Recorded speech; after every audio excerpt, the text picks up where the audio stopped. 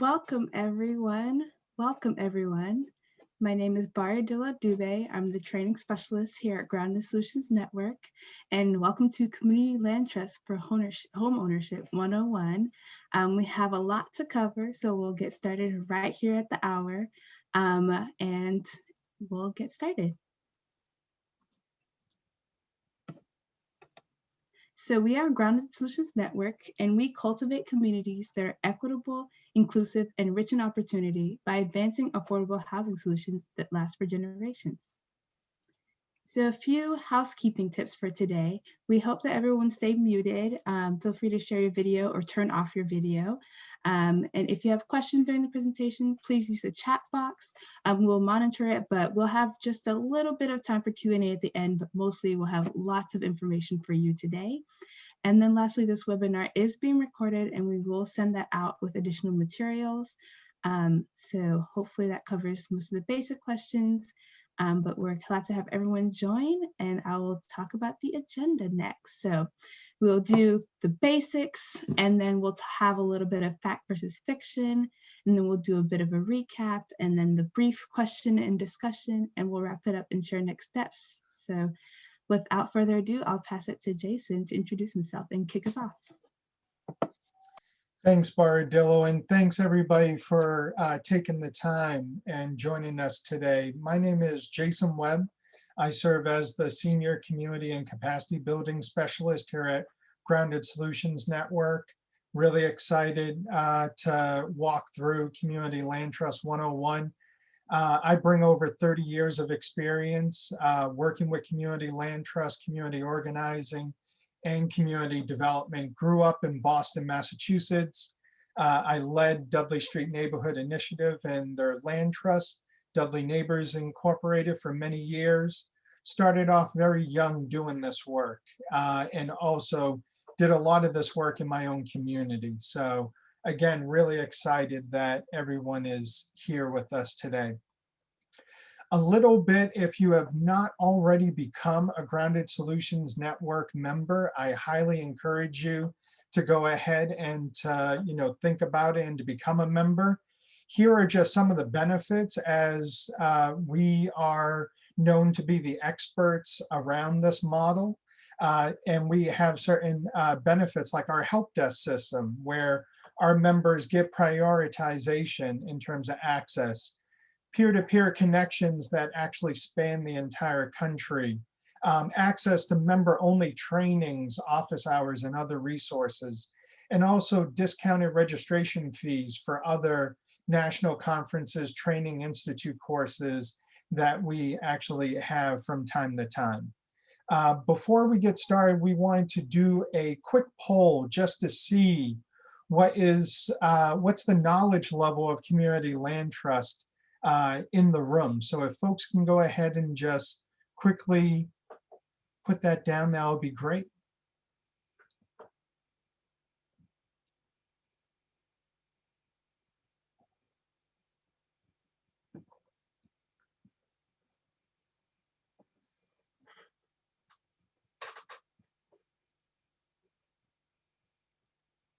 All right. All right, so it looks like we have a pretty good spread of folks in the room. The majority sort of being novice and beginners. So we hope that this material here will continue to expand your knowledge about this model. So with that, we're going to jump in a little bit about community land trust. And at first, we actually want to hear from one of the founders of this model in their own words.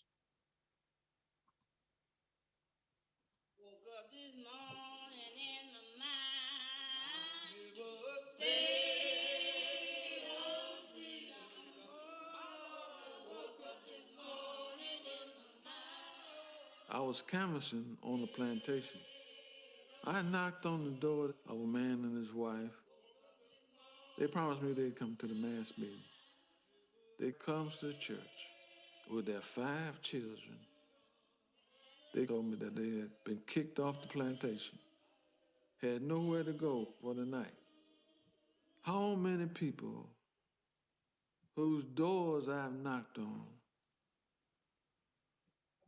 got kicked out of their homes with their children, without a job? And I was partially the cause of it. So I lived in deep guilt and frustration. So that's how the spark of the need for land came to me. Seeing the land, and just the land itself, the beauty of the land, the purity of the land, and the acknowledgement that all power comes from the land, and the land comes from God. All power comes from the land. Absolute power comes from God. And that's my ministry. It's still my ministry.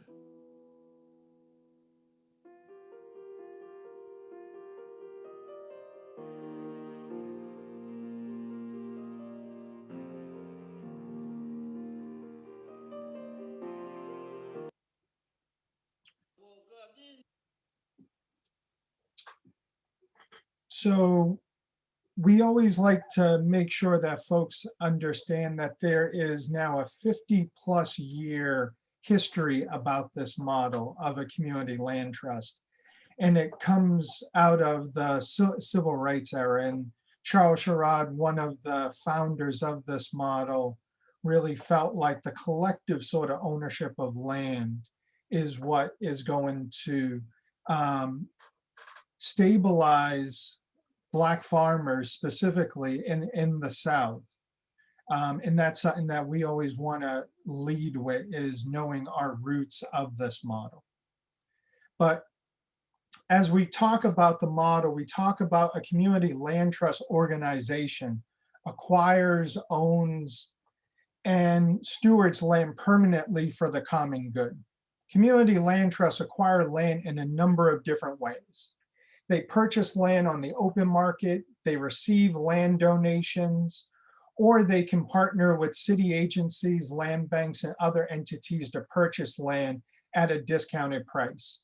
No matter what, however, once the land enters the community land trust portfolio, it remains in their portfolio in perpetuity and is never sold.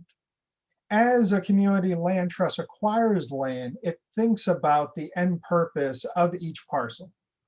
The community land trust can put land to a number of uses, but they are most commonly known for providing affordable homeownership opportunities to households that are excluded from the market.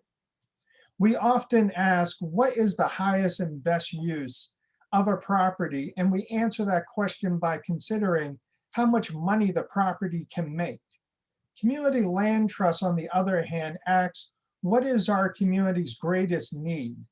And they pursue those opportunities within reason.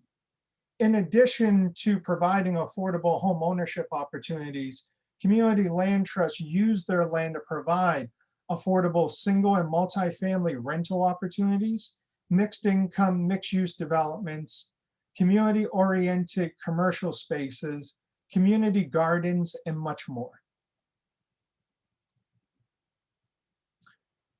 The Community Land Trust is an independent nonprofit organization that serves a defined service area, typically a neighborhood.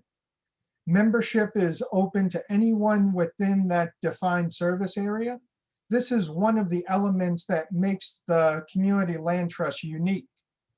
Instead of just serving the direct beneficiaries, those living or working on land trust land, the Community Land Trust is accountable to the entire membership and their entire community. Community land trusts have a tripartite board. So the board is divided into 3 equal groups of representatives. The first third is made up of leaseholders, people living on or using community land trust land. The second third is made up of community members. The third is made up of technical experts, funders, or other stakeholders in the organization. Because 2/3 of the board is made up of community members, they hold the majority of votes. This is part why we say that community land trust organizations are community controlled organizations. One of the strengths of the community land trust model, however, is its flexibility to adapt to local community needs and preferences. We see a lot of variations on the model, which we consider housing land trust. These are examples where a CLT could be a program of an already established nonprofit, like a neighborhood housing services or a Habitat for Humanity affiliate. Some community land trusts are structured as a program of a city or a county and are housed within local government. Those we would consider more of a housing land trust versus a community land trust. While the community land trust typically serves a single neighborhood, there are many community land trusts that operate on a city, regional, or even statewide level. And sometimes scale changes over time.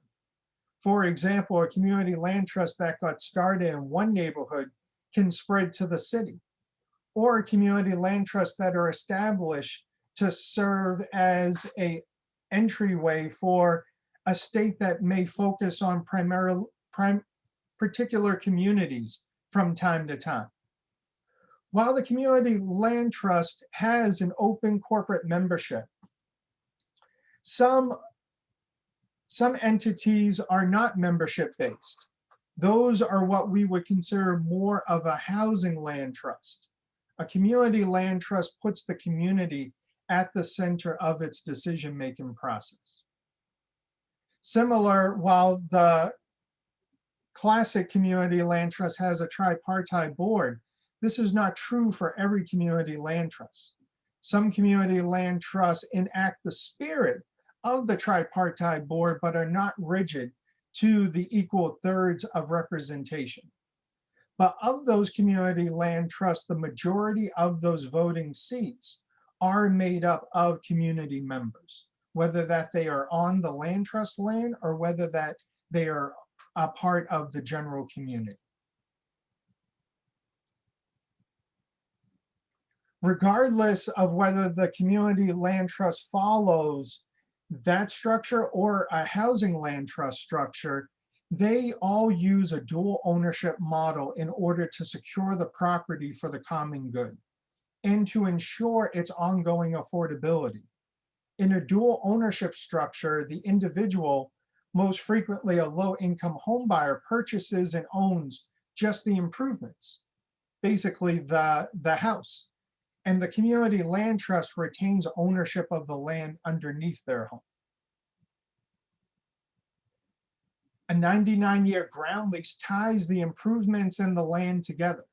This ground lease does a couple of critical things. First, it outlines the rights and responsibilities of the homeowner and the rights and responsibilities of the community land trust. Second, it establishes use restrictions, like requiring the homeowner to live in the property as their primary residence. Third, it establishes the affordability restrictions. Permanent affordability restrictions are what set community land trust apart from other forms of affordable housing development. Community land trusts ensure that homes that are developed are affordable not only to the first occupant, but to future generations as well.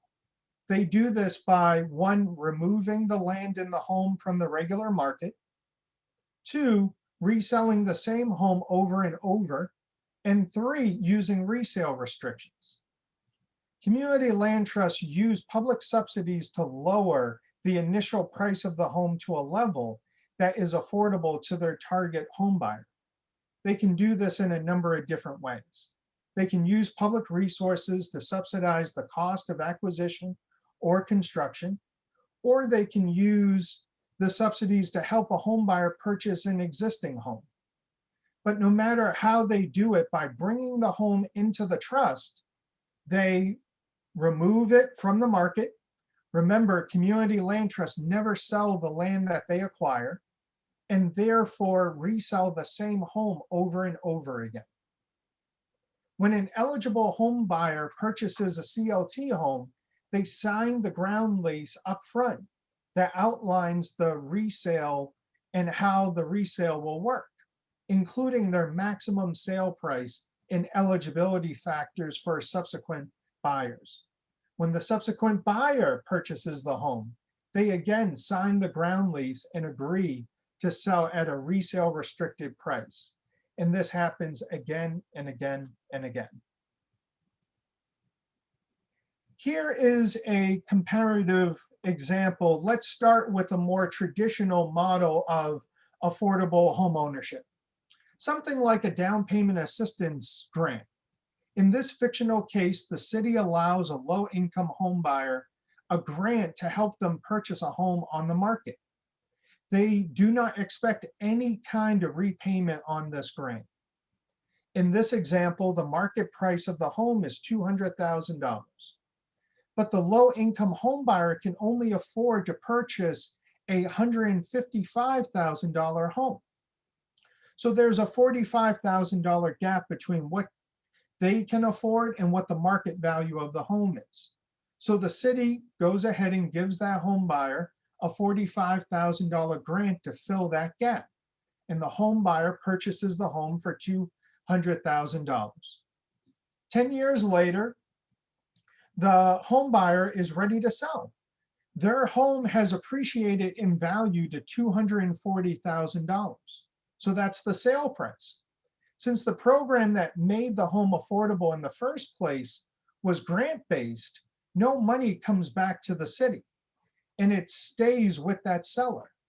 So they actually got an above market rate return on their investment. They got $40,000 in appreciation plus the $45,000 grant. This is on top of their own equity that they have, like their original down payment and principal pay down of their mortgage.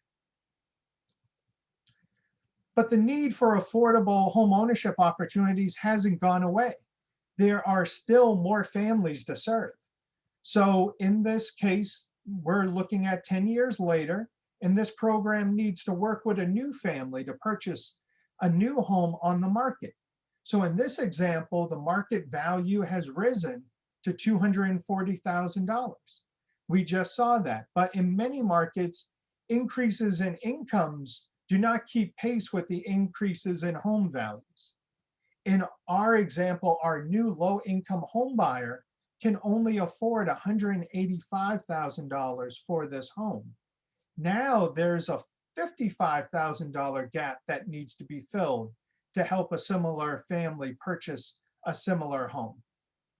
If this was our only way of creating affordable home ownership opportunities, we would need an ever-growing pot of subsidy, and it is unlikely that we will ever make a real meaningful dent in the community's affordable housing needs.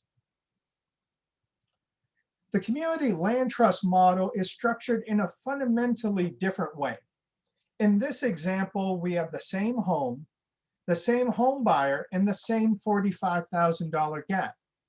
But instead of providing a grant to the home buyer, the city is going to invest that $45,000 in writing down the cost of the home, either through land donations and construction subsidies to the community land trust. So our home buyer purchases a home from the community land trust for the below market rate of $155,000. Now, 10 years later, our home is still increased in value, but the community land trust homeowner, they do not sell for the market value of the home.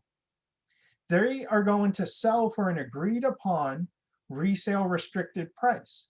In this case, it's $185,000. In this example, I'm using a fictional resale formula that goes up by the original purchase price 2% per year. It is designed to track the changes in income opposed to the changes in the market. The program portion actually grows from the original $45,000 to now $55,000. The difference between the resale value and the market value, and it stays in the home to assist the next buyer. The seller walks away with $30,000 plus any equity like their original down payment and principal pay down of their mortgage.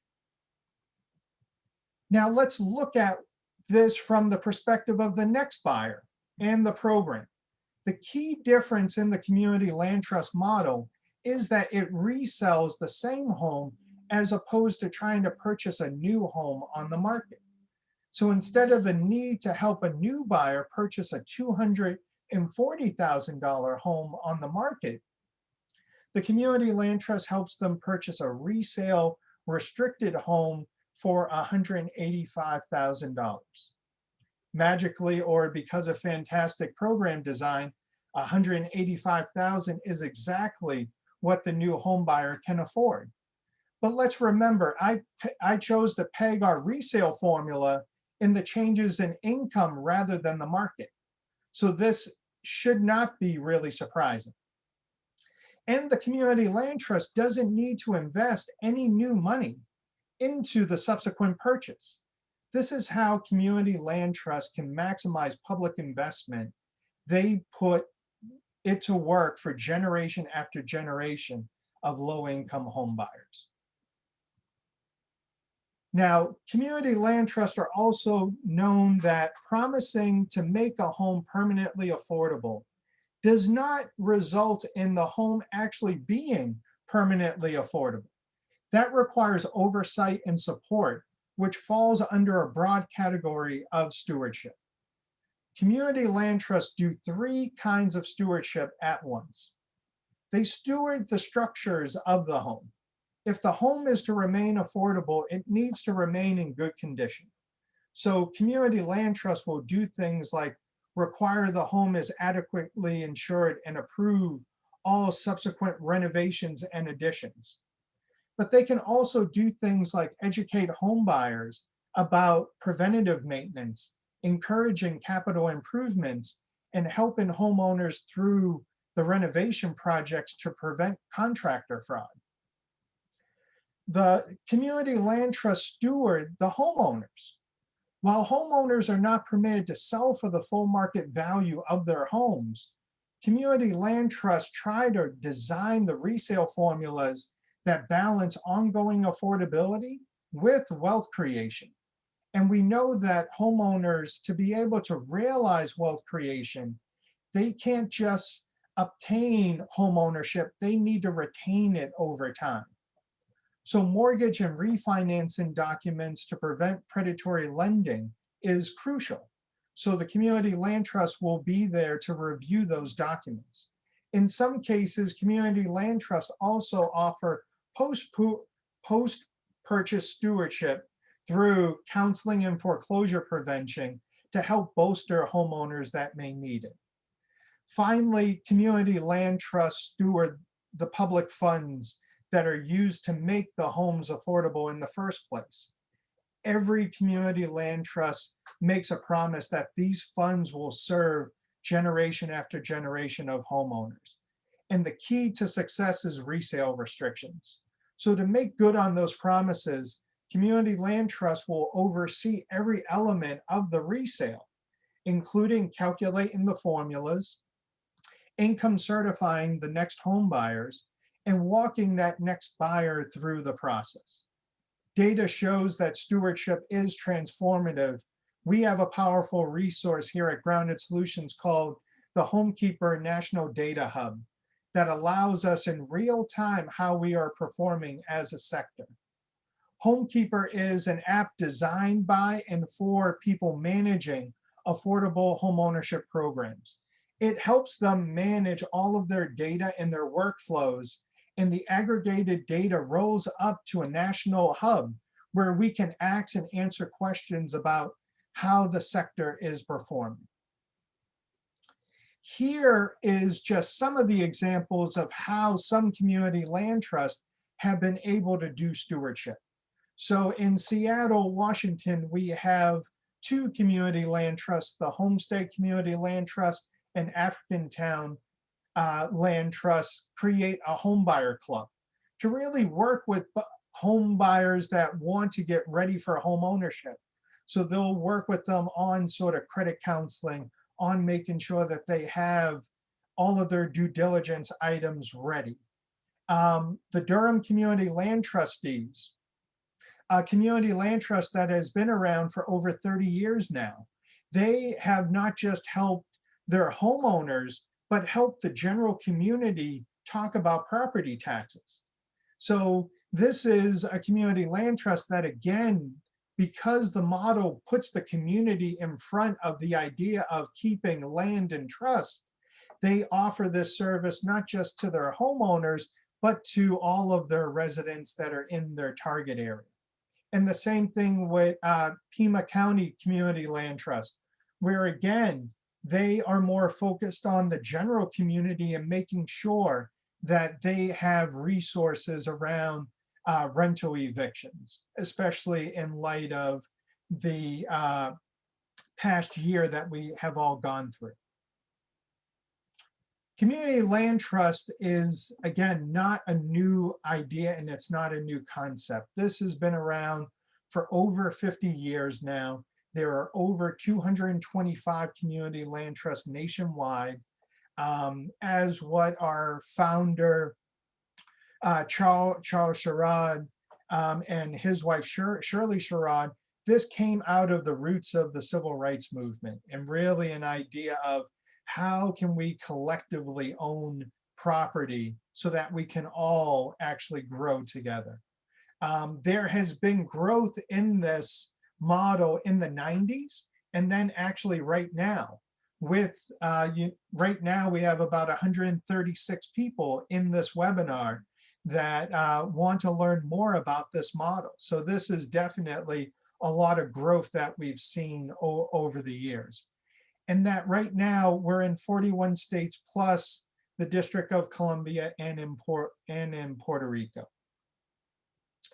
Back in 2019, Grounded Solutions Network and the Lincoln Land Institute for Land Policy published a report that really looked at the 30 years of homeowners being on land trust land and really thought about it in a way of saying, is there a way that we can actually truly do a comparative study around shared equity housing programs that community land trust are one of those models?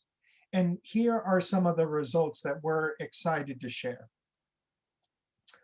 When we talk about the ongoing affordability, 99% of shared equity homes avoided foreclosure crisis.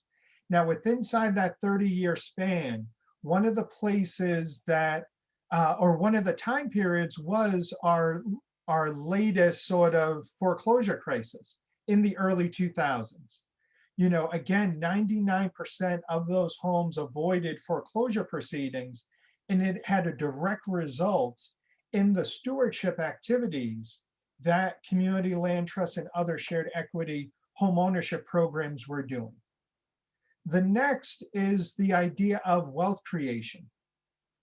This study showed that a person that had the initial investment of about $1,800 over a 6 to 7 year period was able to accumulate about $14,000 in equity. This is huge because initially in the 90s, a lot of the skepticism of this model was, but people do not build wealth. And this study clearly debunks that and clearly shows that yes, families are building wealth, people are building wealth, they're not building at the same rate as you would be in the market, but then again, you are not actually entering home ownership like everybody else. So now we would like to go through what we like to consider to be fact and fiction. And then on the end of this, we'll go over a recap and then open it up for a few questions. So here is the first factor or fiction.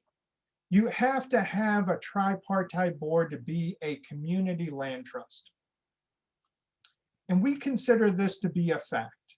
Now, again, under the shared equity home ownership umbrella, we have community land trust, and then we have housing land trust.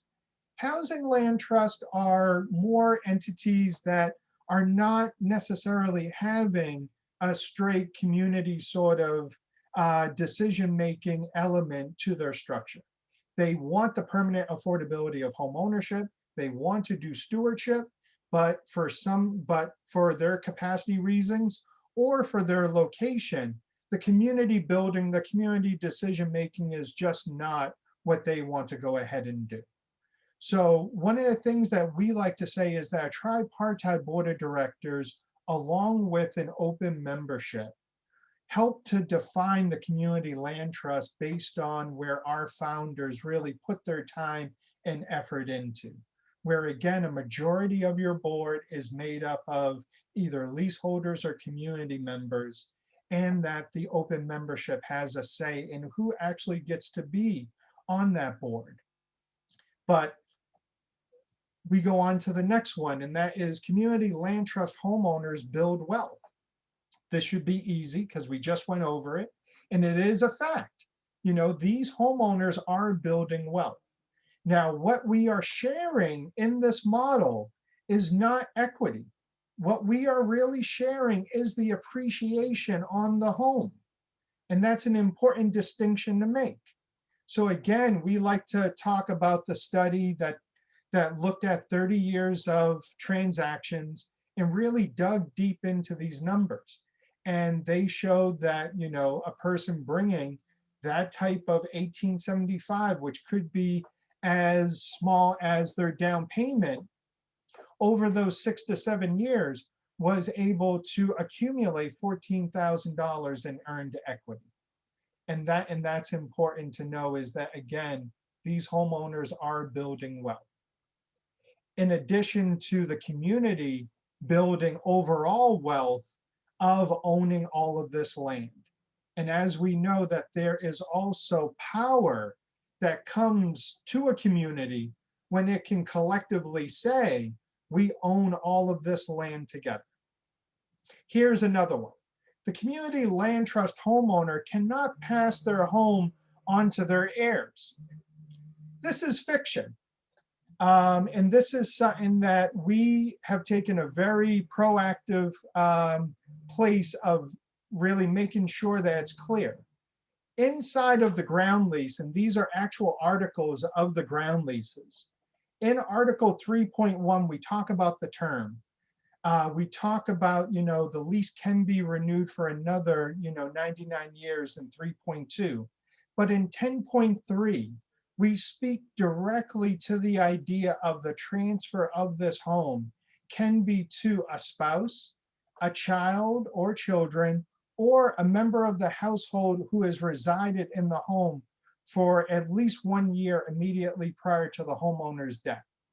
The reason why C is there, as a practitioner that went through this redesign back in 2011, we saw that a lot of our older homeowners were actually grandmothers and grandparents, and that they may wanted to pass on this home to their grandchildren. And we wanted to make sure that if the child was living there with them, that the ground lease was not going to be a barrier to that. Now, just because these clauses are in our ground lease does not substitute at all for good estate planning. We want to make sure that as new homeowners that we are doing our due diligence and making sure that our homeowners are having the right paperwork in place around their will, around where their assets should go. Because we don't want this to wind up in probate and then it's a big headache. No pun intended. Community land trusts have the same access to funding as other nonprofits. This is a fact. And this actually talks about going back to the motto and how how our founders looked at this model, they could have structured this in a number of different ways in terms of an organizational structure.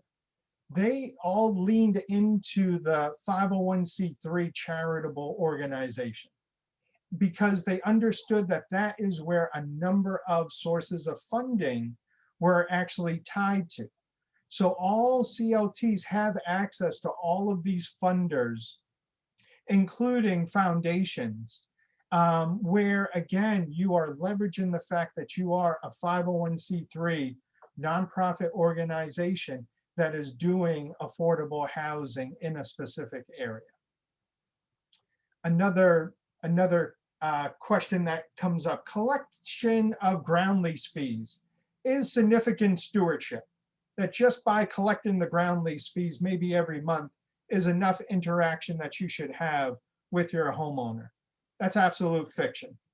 You want to make sure that you are interacting with your homeowners, quite often. I've always loved to say to new homeowners, you're not just buying a home, but you're also buying into a larger community. And that, I actually really think about it from a perspective of Martin Luther King's vision of a beloved community. And it's actually not a mistake that Martin Luther King's cousin, Slater King, was a part of founding this model with that vision in mind. That if we collectively own this, if we collectively can control this, then we can collectively also support one another and move all of us forward. So with that, I want to just quickly go through a quick recap video of what the Community Land Trust is.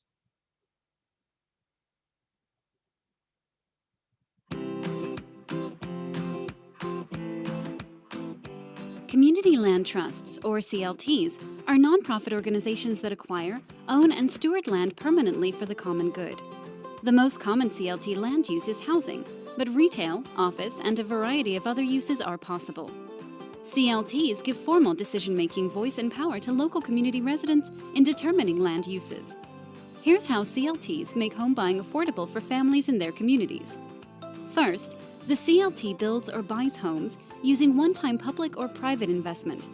Next, the CLT sells just the home to a low-income buyer who qualifies for a mortgage, and the CLT keeps the land, holding it in trust for future generations of home buyers. In return for being able to buy a home at a discounted price, the family agrees to pay it forward and sell to another low-income family at a price they can afford. The CLT manages the sales process, ensuring that each home-buying family builds some wealth from a predetermined, limited amount of the sales proceeds. In this way, the one-time public or private investment in CLT homes makes lasting affordability a reality and stabilizes communities. And CLTs benefit the larger community too, as they preserve and protect housing for long-term residents, helping to build stronger, safer, and higher quality diverse neighborhoods, contributing to greater educational attainment, employment opportunities, and health outcomes. Visit groundedsolutions.org to learn more about CLTs today.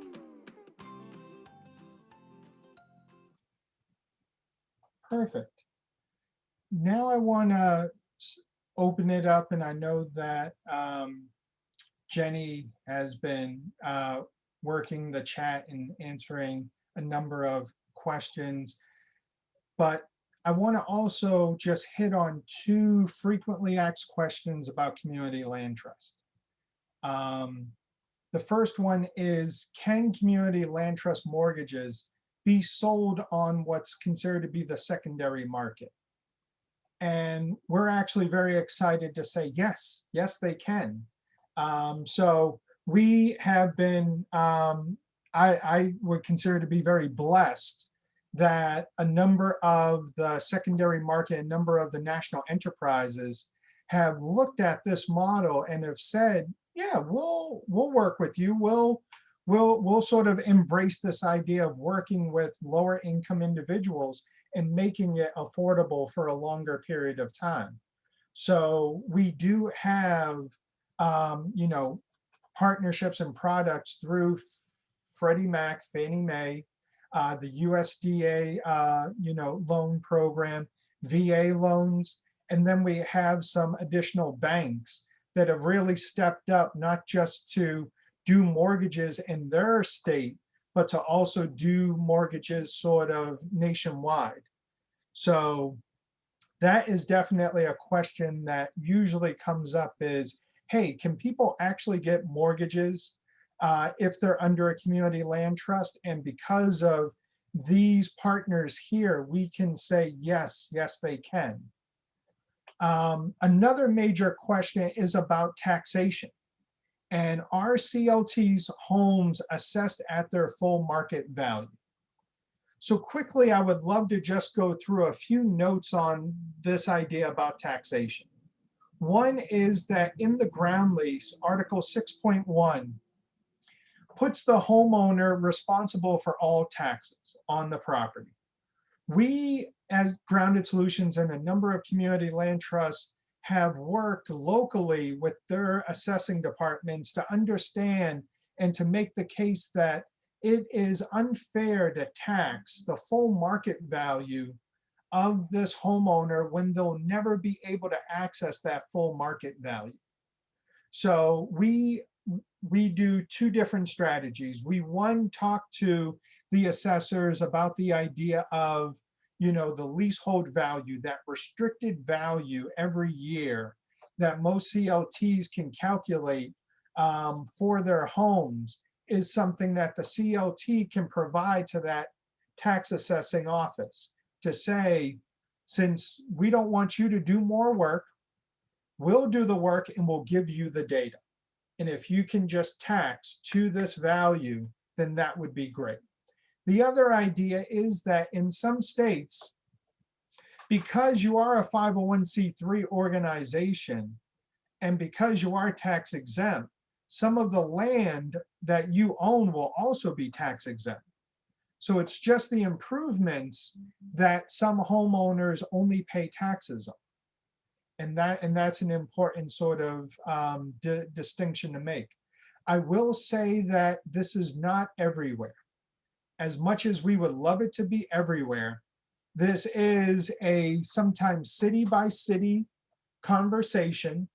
And in some states, like the state of California, a number of community land trusts came together and advocated to actually pass a law to say to all of the state's assessors and tax collectors, this is how you do the valuation on these properties. This is how you tax it. So there are some examples of some statewide legislation that have been advocated for, but a lot of times it is a city by city, conversation by conversation. Sorry for too many conversations. I'm gonna pause there because I need to take a quick drink. Jenny, is there any question, since we have maybe time for one, that stuck out in the chat box? Yeah, I thought that the question that just came from Roy, that's what happens when the homeowner makes substantial improvements to the home. How do you get that investment back? Or conversely, what happens when the homeowner is not properly caring for the home? So maybe talking a little bit about resale formulas and capital improvements and just where to find resources. I'll chat the resource link. Yeah, no, absolutely. So as community land trusts think about, and we take this in 3 distinct steps. One is as they think about the affordable pricing of the home and how much subsidy is needed to meet certain target incomes. Next is the resale formula that is going to keep that home affordable, and that there are some pretty common resale formulas that you can go ahead and adopt. The third one is this idea of, based on that resale formula, you may want to also look at giving capital improvement credits or capital improvement values. Some resale formulas, it's very easy to be able to say, yes, we're going to do this. For example, if you're doing an index-based or if you're doing a fixed rate base, you may want to do a capital improvements credit versus like an appraisal base resale formula where those improvements are already sort of baked into that appraisal that that appraiser is doing on that home holistically. Again, those are policy decisions that you would have to make as a new community land trust, and as you are trying to figure out your affordable pricing and resale, is what to do with capital improvements.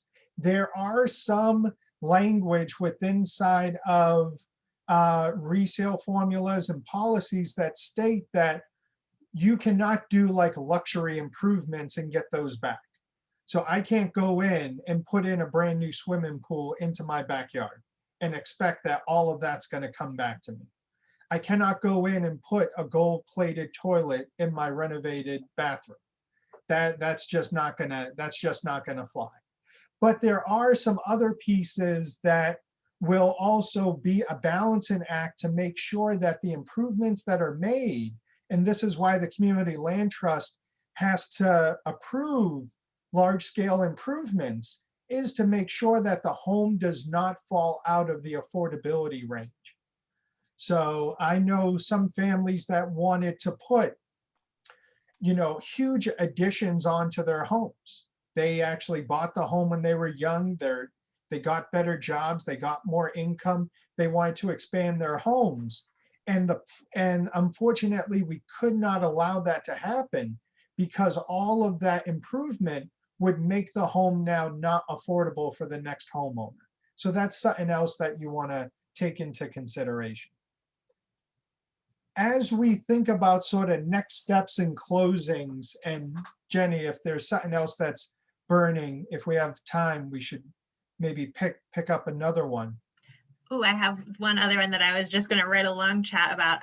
Talking about dealing with foreclosures, maybe just speaking to stewardship a little. Yeah, no, absolutely. So when it deals with, so one is that there are some legal protections within inside of the ground lease that gives the land trust the ability to intervene at different stages of a foreclosure. Because the first stage is, that the CLT will hear about is, I'm sorry, but your homeowner is in default for non-payment of the actual, mortgage payment. The bank has to give the community land trust enough time, and I believe it's 60 days, before they can accelerate the foreclosure proceeding. So what will happen is the community land trust, if you're doing a lot of stewardship with your homeowners, a lot of times your homeowners will sometimes grudgingly come to you before they get into that stage where they are physically in default. A number of homeowners, especially with this last pandemic, a number of homeowners unfortunately got laid off. And, one of their first, what I like to call their first 5 people that they called was to their community land trust to say, hey, I just got laid off. I'm going to try my best to find another job. I want to let you know. And that puts at least the community land trust on notice that if the CLT can work with them, either do referrals for jobs or at least come up with an agreement around the ground lease fee and take some pressure off of that family, then that's what you're in the ability to do. All of that to say, the more that you're staying in communication and the more relationship building that you are making with your homeowners, the easier it will be for them to approach you when they may get into a sticky situation.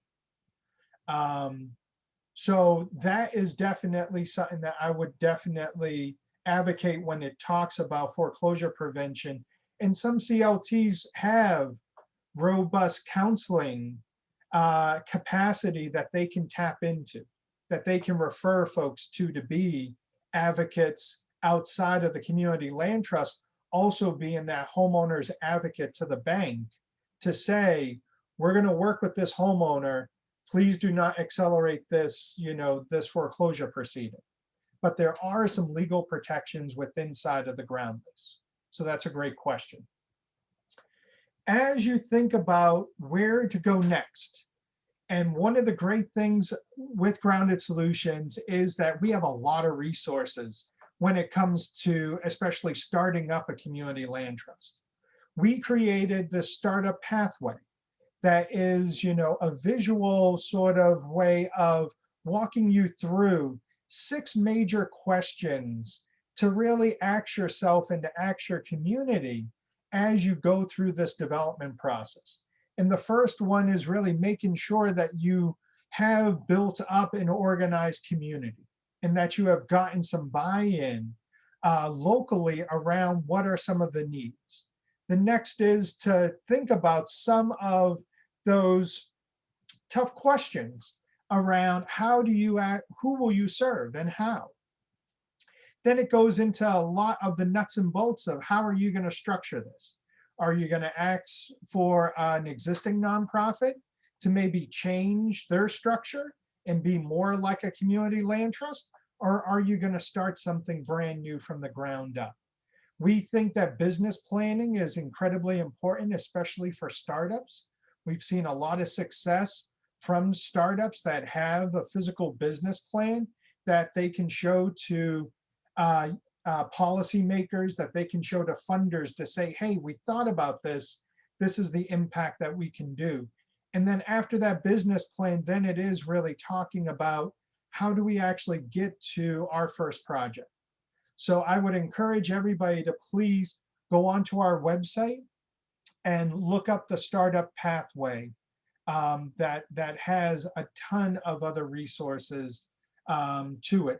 The other place that you can find a lot of resources is in our library. So as you are thinking about, this idea, we have, sample documents, we have other learning tools. I also want to, throw in an additional pitch of if you are thinking about starting up a community land trust, become a member. Our help desk system is one of the best benefits that members can get. The idea of also being a part of a network where you can speak to CLTs that have been doing this for 30 years, for 10 years, 4 or 5 years, and learn from them is something that we do not see anywhere else. And then we also have these trainings, and we also allow for our members to get discounted fees. And our next training is actually going to be on a broader subject of shared equity home ownership. And, Bardil or Jenny, you want to talk more about?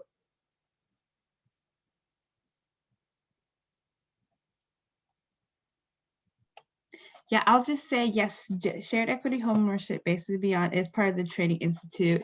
It is a really awesome course. I think that ties really well into people who are just starting and diving into shared equity homeownership, and that will be taking place in June. And so we'll send all these resources out too as well after the webinar.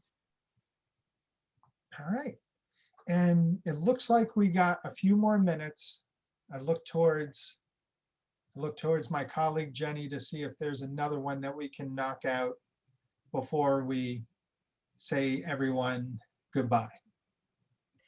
Yeah, I think that the question that actually just came in are what are some common challenges that a CLT can face? And it's different in all stages, but off the top of your head, Jason, what are a few? Off the top of my head, I would say that, this is a model that goes against what we have all historically thought about when we think about home ownership. We think about it as the white picket fence, you being able to leverage the market and be able to buy your next home. And you can still do a lot of that within this model. But you do have a lot of folks that are very, very comfortable with how home ownership was seen in also what can be called a very white supremacy culture type of outlook, where it's just about you and it's very single and it's very much like not really a collective. It's like, hey, pull your bootstraps up, get into your first home, then win the lottery because you're going to be able to sell out and make a lot of money and move on to your next home. It's something that definitely takes others in mind and a larger community. So when the video says you're paying it forward, you're not just paying it forward to that next homeowner, but you're also paying it forward to the community in which you have lived in for so many years that have maybe embraced you, maybe have supported you. You know, I've lived in some amazing communities where, you know, I will have, you know, my children know that they have like 3 or 4 different, you know, dads out there that if they were to get into trouble, they could speak to any of the neighbors and they would help them out. You know, so that is something that I see as a common challenge. And I would say that's on a local level, and then I would say that that's also on a policy level. That a lot of times municipal staff or city staff are very risk averse, and they see this model as being a very risky proposition to support. And that's something that, you know, I just want to say is also one of those common challenges that can be overcome. It's overcome through relationship building, of making sure that they're educated about the model and that they feel like that they're also bought in to this idea of collective ownership, collective community control. All right. So with that, I just want to thank everybody for taking the time today. Again, you know, if you are not a member, I highly encourage you to please become a member. Our help desk system is for our members, so I'm really looking forward to hopefully seeing a number of your names pop up and say, yeah, no, I want to be a member. I want to get more involved, and I really want this connection to a larger group. So with that, I want to say thank you all, and we'll see you hopefully soon.